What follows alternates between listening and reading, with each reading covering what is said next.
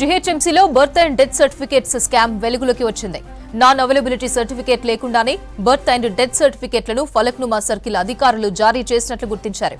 గతేడాది నవంబర్ నుంచి ఇప్పటి వరకు ఫలక్నుమా సర్కిల్ నుంచి 80 నకిలీ సర్టిఫికేట్స్ జారీ అయినట్లు తెలుస్తోంది. అటు ఖైరతాబాద్, సికింద్రాబాద్, చార్మినార్, గోషామహల్ సర్కిల్స్ లోనూ సర్టిఫికేట్స్ దందా జోరుగా సాగినట్లు గుర్తించారు. 1998లో జన్మించిన వ్యక్తికి నవంబర్లో నాన్ అవైలబిలిటీ కింద సర్టిఫికేట్ జారీ అయింది. నాన్ అవైలబిలిటీ సర్టిఫికేట్ ను Aadhaar, voter ID, passport, land registration వాటికి ఘరానా మోసగాళ్లు వాడుతున్నట్లు బయటపడింది. గత జీహెచ్ఎంసీ కమిషనర్ లోకేష్ కుమార్ హయాంలో దాదాపు 36,000 fake birth and death certificates రద్దయ్యాయి. అయితే వాటిపై ఎలాంటి చర్యలు లేకపోవడంతో మోసగాళ్లు మరింత రెచ్చిపోయారు. మరోవైపు ఉన్నతాధికారుల అండదండలతోనే సర్టిఫికేట్ల దందా కొనసాగుతున్నట్లు తెలుస్తోంది. ఇష్యూను బట్టే పైసలు వసూలు చేస్తున్నట్లు గుర్తించారు. అటు ఒక్కో సర్కిల్ నుంచి 3 లక్షలు, ప్రాఫిట్ ఎక్కువ ఉన్న సర్కిల్లో 5 లక్షల మేర మంత్లీ ఆదాయం వసూలవుతున్నట్లు తెలుస్తోంది. సర్కిల్లో ఏఎంఓహెచ్ లేని చోట డిప్యూటీ ఈఈలను అధికారులు నియమించినట్లు సమాచారం. అయితే ఇలాంటి ప్లేస్ లో ఏఎంసీ లేకుంటే రిజిస్ట్రార్లు బర్త్ మరియు డెత్ సర్టిఫికేట్స్ జారీ అయ్యాయి. సీఎంఓహెచ్ పై ఇప్పటికే తీవ్రమైన అవినీతి ఆరోపణలు రాగా ఆమె దగ్గర పనిచేస్తున్న మహిళా ఉద్యోగులు మేయర్కు కంప్లైంట్ చేశారు. జీహెచ్ఎంసీలో సర్టిఫికేట్ల దందాకు సంబంధించి డీటెయిల్స్ శ్రవణ్ లైవ్ లో అందిస్తారు. శ్రవణ్, ఏంటి అప్డేట్స్? జీహెచ్ఎంసీలో ఒక వింత పరిస్థితి కనిపిస్తూ ఉంది. బ్రతుకున్న వాళ్ళకి డెత్ సర్టిఫికేట్లు, చనిపోయిన వాళ్ళకి బర్త్ సర్టిఫికేట్లు జారీ చేస్తున్నటువంటి పరిస్థితి గ్రేటర్ హైదరాబాద్ మున్సిపల్ కార్పొరేషన్లో ఆ అధికారుల పనితీరు ఆ విధంగా తయారైందని చెప్పుకోవచ్చు.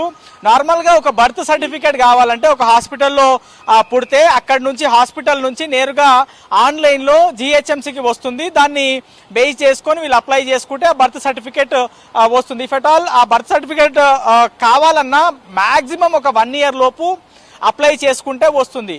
ఆ 1 ఇయర్ లోపు అప్లై చేసుకోకపోతే మాత్రం దీని కొంత ప్రాసెస్ అనేది చాలా పెద్దగా ఉంటుంది. బర్త్ సర్టిఫికేట్ కోసం మొత్తం ఇది నాన్ అవైలబిలిటీ కింద చూపించి అప్లై చేసుకొని ఆర్డీఓ ద్వారా, అంటే ఏఎంఓహెచ్ అంటే మెడికల్ ఆఫీసర్ ఉంటారు ప్రతి సర్కిల్కి, నాకు బర్త్ సర్టిఫికేట్ కావాలని మెడికల్ ఆఫీసర్ దృష్టికి తీసుకెళ్తే మీరు నాన్ అవైలబిలిటీ కింద ఉన్నారు అని తను ఒక అంశం చెప్తే, అంటే లిఖిత రూపంలో ఇస్తే ఆ డాక్యుమెంట్ తీసుకొని వెళ్ళి ఎంఆర్ఓ ఆఫీస్లో అప్లై చేయాలి. వాళ్ళు దానిపైన ప్రొసీడింగ్ ఇచ్చి మళ్ళా గ్రౌండ్ లెవెల్లో కింది స్థాయికి సంబంధించినటువంటి సిబ్బందిని పంపించి వెరిఫికేషన్ చేయించిన తర్వాత అక్కడ నుంచి ఒక సర్టిఫికేట్ వస్తుంది. ఆ సర్టిఫికేట్ తీసుకొని వచ్చి మళ్ళీ ఒక మెడికల్ ఆఫీసర్కి ఇస్తే ఆ మెడికల్ ఆఫీసర్ అప్పుడు బర్త్ సర్టిఫికేట్ ఇస్తారు. కానీ ఇప్పుడు ఎప్పుడో ఎన్నో సంవత్సరాల క్రితం పుట్టిన వాళ్ళకి కూడా ఇప్పుడు బర్త్ సర్టిఫికేట్లు వస్తున్నాయి. అది కూడా నాన్ అవైలబిలిటీ కింద చూపించి మరి, అంటే బేసిక్గా ఏ బర్త్ సర్టిఫికేట్ జారీ చేయాలన్నా జీహెచ్ఎంసీకి సంబంధించిన ఆన్లైన్ డేటాబేస్లో డీటెయిల్స్ ఉండాలి. కానీ అవి ఏమీ డీటెయిల్స్ లేకుండా బర్త్ సర్టిఫికేట్లు జారీ అవుతున్నటువంటి పరిస్థితి ఉన్నది. అట్లా దొంగ సర్టిఫికేట్లు జారీ చేస్తున్నటువంటి సర్కిల్స్ ఒకసారి మనం గమనిస్తే ఫలక్నుమా, చంద్రాయన్గుట్ట, చార్మినార్, గోషామహల్, మెహదీపట్నం, కార్వాన్, సికింద్రాబాద్, ఇట్లా ఈ సర్కిల్స్లలో ఎక్కువ దొంగ సర్టిఫికేట్లు జారీ అవుతున్నాయి అనేది ప్రస్తుతం బయటపడుతున్నటువంటి అంశం. ఒక ఫలక్నుమా సర్కిల్లోనే బర్త్తో పాటు డెత్ సర్టిఫికేట్, దొంగ బర్త్తో పాటు దొంగ డెత్ సర్టిఫికేట్లు దాదాపుగా 100 సర్టిఫికేట్లు ఇల్లీగల్గా అక్కడ ఉన్నటువంటి ఆపరేటర్లు ఇష్యూ చేసినట్లు ఇప్పుడు బయటికి వస్తుంది. దీనిపైన ఇంటర్నల్గా విచారణ చేస్తున్నారనేది మనకి ఉన్నటువంటి సమాచారం. ఈ అంశాన్ని పూర్తి స్థాయిలో, అంటే బర్త్ అండ్ డెత్ సెక్షన్ అనేది ప్రత్యేకంగా ఉంటుంది. Chief medical officer of health అని హెడ్ ఆఫీస్లో ఉంటారు పద్మజ అని. ఆమె ఆధ్వర్యంలో బర్త్ అండ్ డెత్ సర్టిఫికేట్లకు సంబంధించిన అధికారులు కానీ ఆ విభాగం కానీ పనిచేస్తూ ఉంటుంది. గతంలో చాలా ఫేక్ సర్టిఫికేట్లు, దాదాపుగా 35 ఫేక్ సర్టిఫికేట్లు బర్త్కి సంబంధించినవి జారీ చేశారు. దాంట్లో చాలా అవినీతి, చాలా ఆరోపణలు ఎదుర్కొంటున్నారు. ఈ బర్త్ సర్టిఫికేట్లు జారీ చేసే క్రమంలో పెద్ద ఎత్తున పైసలు కూడా తీసుకుంటున్నారు అనేది మనకి తెలుస్తూ ఉంది. బేసిక్గా ఈ బర్త్ సర్టిఫికేట్ జారీ చేసినటువంటి క్రమంలో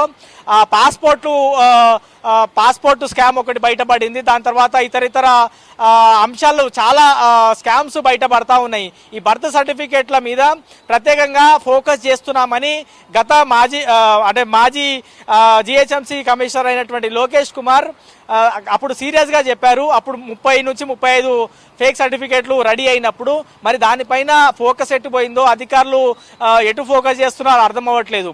ప్రతి సర్కిల్కి ఒక మెడికల్ ఆఫీసర్ ఉండాలి, లేదంటే మెడికల్ ఆఫీసర్ లేని చోట డిఈని పెట్టి ఏఎంసీ ద్వారా ఈ బర్త్ అండ్ డెత్ సర్టిఫికేట్లకు సంబంధించిన ప్రక్రియ చేయిస్తూ ఉన్నారు.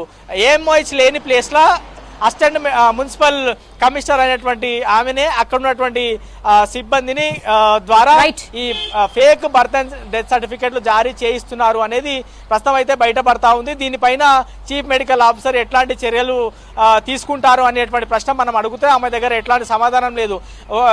దీనివల్ల చాలా అంటే ఎవరు ఊహించినటువంటి అనర్థాలు బయటపడేటువంటి అవకాశం ఉంది. ఒక వ్యక్తి చనిపోయినా ఆయనకు సంబంధించి కూడా ఆయన మా గతంలో పలానా ప్రాపర్టీ అమ్మిండు, ఆయన చనిపోయింది ఇప్పుడు, సో ఆ ప్రాపర్టీ అట్లా ఓన్ చేసుకుని లీగల్ ఎయిర్ క్రియేట్ చేసి ప్రాపర్టీస్ ఓన్ చేసుకునేటువంటి దృశ్యాలు కూడా ఇప్పుడు కనిపిస్తూ ఉన్నాయి. ఇట్లా పెద్ద ఎత్తున బర్త్ అండ్ డెత్ సెక్షన్లో birth and death fake birth and death సర్టిఫికేట్లు జారీ అవుతూ ఉన్నాయి. ఇట్లా ఓల్డ్ సిటీకి సంబంధించి కావచ్చు, అంబర్పేట, ముషిరాబాద్, గోషామేల్, మేదీపట్నం, కార్వాన్ లాంటి సర్కిల్లో ఈ తతంగం కొంచెం ఎక్కువ జరుగుతూ ఉందనేది అధికారులు దృష్టికి వచ్చింది. మరి రాబోయే రోజుల్లో దీనిపైన కొంచెం ఎక్కువ ఫోకస్ పెట్టాల్సి ఉంది. మరి ఇప్పటివరకు ఎన్ని fake birth and death certificate జారీ అయిన అంశం కూడా ఇప్పటివరకు కూడా వాళ్ళు బయట చెప్పట్లేదు, కేవలం ఇంటర్నల్ గానే విచారణ అయితే జరుగుతూ ఉంది. చూడాలి మరి దీనిపైన ఏ విధమైనటువంటి యాక్షన్ అధికారులు తీసుకుంటారు అనేది.